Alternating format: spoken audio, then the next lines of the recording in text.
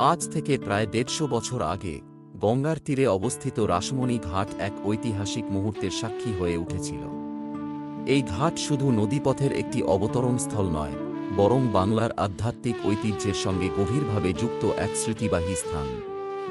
১৮৭৫ সালের ১২ই এপ্রিল চৈত্র সংক্রান্তির পুণ্যদিনে শ্রী শ্রী রামকৃষ্ণ পরমহংসদেব নৌকাযোগে এসে এই ঘাটে অবতরণ করেছিলেন অন্নপূর্ণা মন্দিরের উদ্বোধন উপলক্ষে।